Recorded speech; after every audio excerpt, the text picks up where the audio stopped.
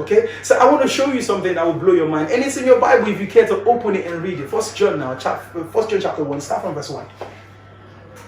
We proclaim to you the one who existed from the beginning. Okay, so pause now. I told you that among the 4 apostles that wrote the 4 synoptic gospels, Matthew, Mark, Luke, John, I love the gospel of John because it focused on this life.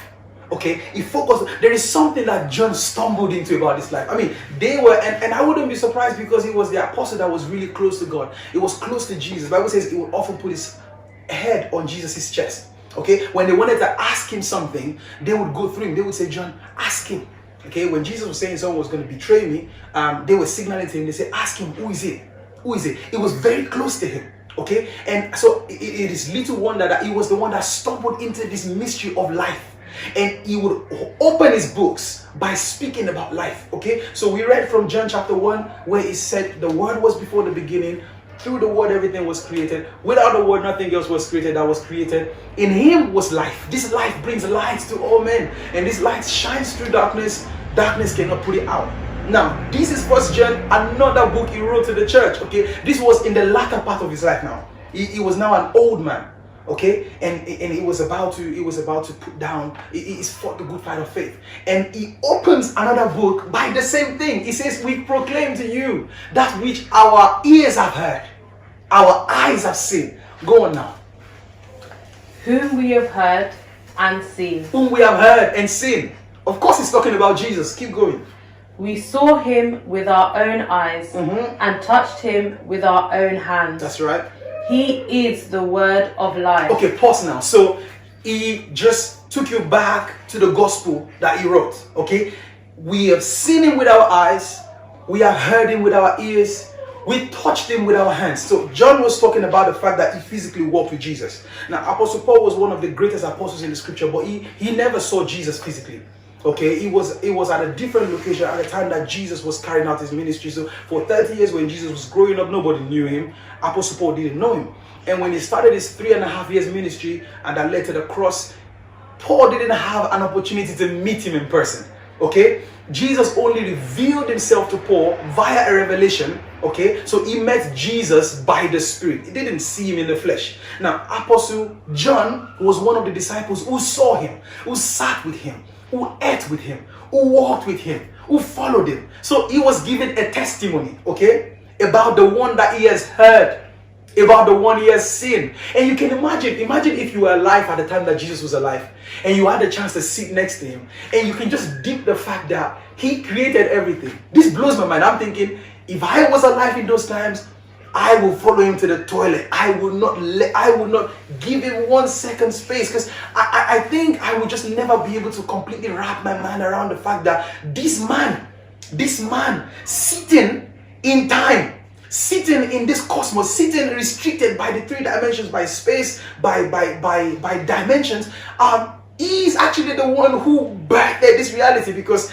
if we go back to the book of John, it says he came into the world that he made, and the world received him not. He came to his own people and they could not identify him.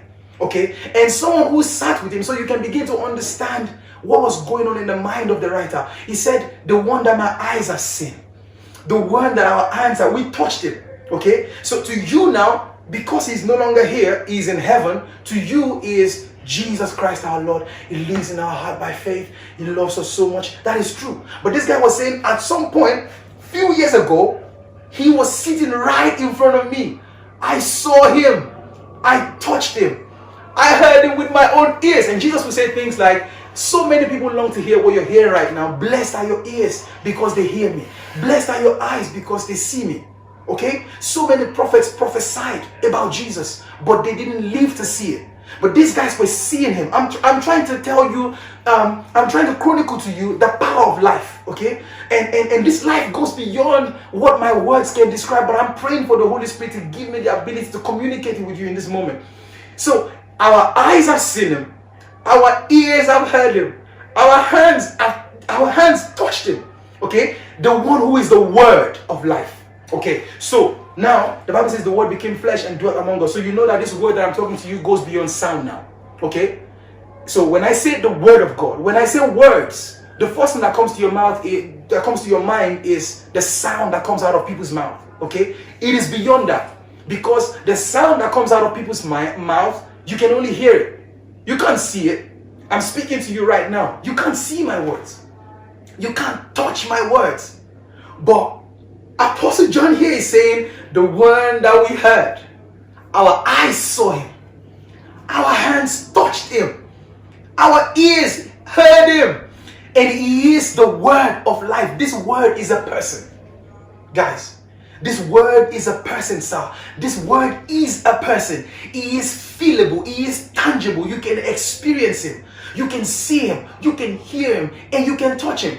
And I am speaking to you with a boldness because I have stood in his presence. I have seen him. I have heard him. I have seen him. You can see the excitement in my eyes. I have seen him. I have heard him. He is real. He is the word of life. Just read a little bit further from there and then this will blow your mind. Go on now. This one who is life itself. That's where I'm going to rest my case today. This one. Oh my God. This one who is life itself.